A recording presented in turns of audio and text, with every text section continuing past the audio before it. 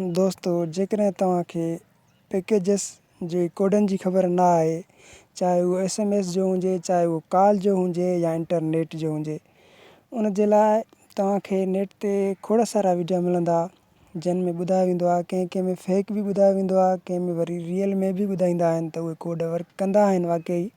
पर असां तव्हांखे हिकिड़ी एप्लीकेशन ॾेखारींदासीं जंहिंमें तव्हांखे कोड नज़र ईंदा ऐं उहा एप्लीकेशन तव्हां ईअं न सम्झिजो त नेट खोलण खां पोइ हलंदी। नेट भली ऑफ हुजे तव्हांखे उहो कोड ॾेखारींदी, ठीकु आहे न।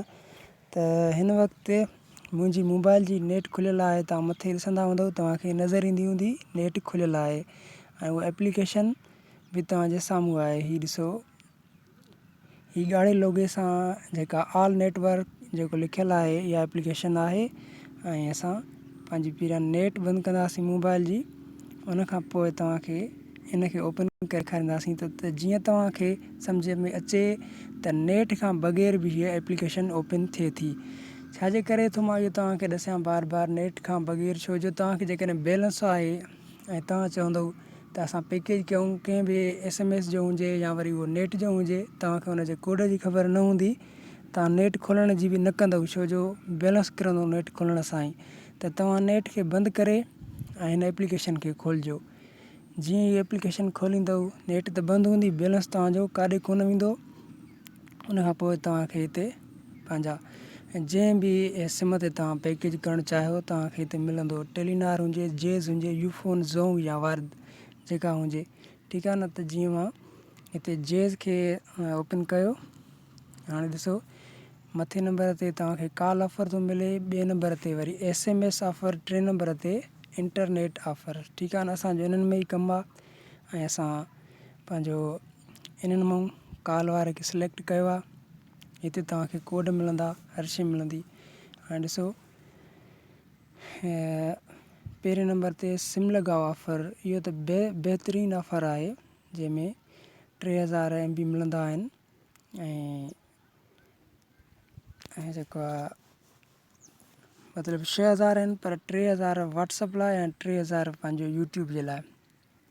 त हुन जे लाइ कोड कहिड़ो आहे, असां जीअं हुन ते क्लिक कयोसीं उन खां पोइ कोड तव्हांखे प्राइस 1 पैसा, ठीकु आहे। उन खां पोइ जेको कोड आहे *551#, इहो कोड आहे।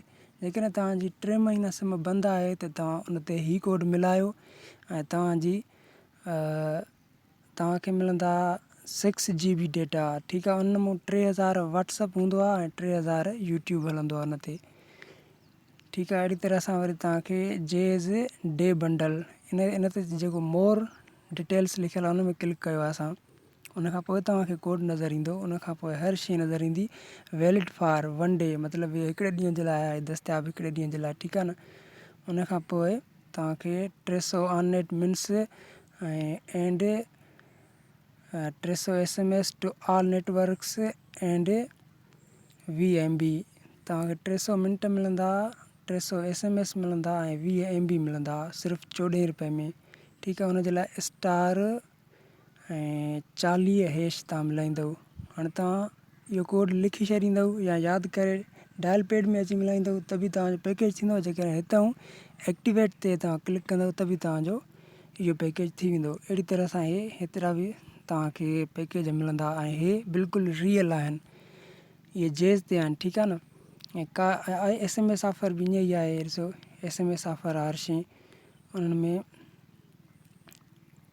में असां तव्हांखे इहे ॾिसींदा जेको असां पाण कंदा बि आहियूं। त हिन ते कोड ॾिसो, तव्हां हे कोड तव्हांखे ख़बर बि हूंदी हिन कोड जी, पर हितां बि तव्हां हिनखे एक्टिवेट कंदव त हे तव्हांजो पैकेज हितां ई थींदो, ठीकु आहे दोस्तो।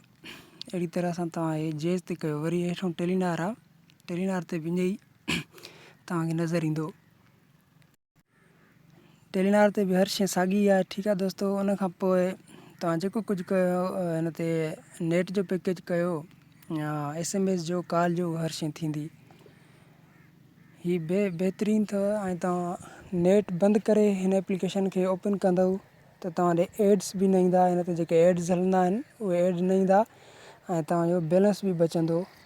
जेकॾहिं तव्हां कंहिं पैकेज एतिरो बैलेंस आहे तव्हांखे उन जो कोड यादि न आहे त हिन खे नेट खे, मोबाइल जी नेट खे ऑफ़ करे ऐं तव्हां हीअ एप्लीकेशन ऑन कजो। उन खां पोइ तव्हांजा जेके बैलेंस हूंदो उहो तव्हांजो महफ़ूज़ हूंदो। सिर्फ़ु हिते कोड ॾिसी ऐं पंहिंजो हुते लॻाइजो, या त हिते जेको एक्टिवेट तव्हांखे नज़र अचे थो, हाणे तव्हांखे ॾिसूं, हीअ जेको तव्हांखे एक्टिवेट नज़र अचे थो, या त हितां ई क्लिक कंदव तव्हांजो जेतिरो बैलेंस हिते तव्हांखे शो थिए थो, जीअं प्राइस 70 रुपया लिखियलु आहे, एतिरो ई तव्हांजो होॾो कटियो वेंदो।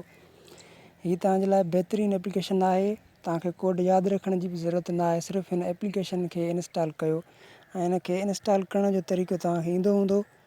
त सिर्फ़ु प्ले स्टोर में वञी ऐं लिखंदव ऑल नेटवर्क्स पैकेजिस, त हीअ पंहिंजे लेखे एप्लीकेशन तव्हांजे आॾो ईंदी। ॿियूं बि ईंदियूं खोड़ सारियूं, पर तव्हांखे हिन ॻाढ़े लोगे सां जेका आहे बिल्कुलु हीअ ई एप्लीकेशन उतां इंस्टॉल करणी आहे। हीअ ई एप्लीकेशन हुजे, ठीकु आहे न। छो जो मां तव्हांखे हिन जी मालूमात ॾिनी आहे, त इन जे करे तव्हां हीअ ई एप्लीकेशन हुते इंस्टॉल कंदव त तव्हांखे जीअं मां वीडियो में ॿुधायो आहे ओड़ी तरह सां हर शइ नज़र ईंदी। ठीकु आहे दोस्तो, जेकॾहिं तव्हां असांजे चैनल ते नवां आहियो त असांजे चैनल खे महिरबानी करे सब्सक्राइब कयो, जीअं असांजी हौसला अफ़ज़ाई थिए ऐं असां तव्हांजे लाइ सुठा वीडिया डेली आणींदा रहूं।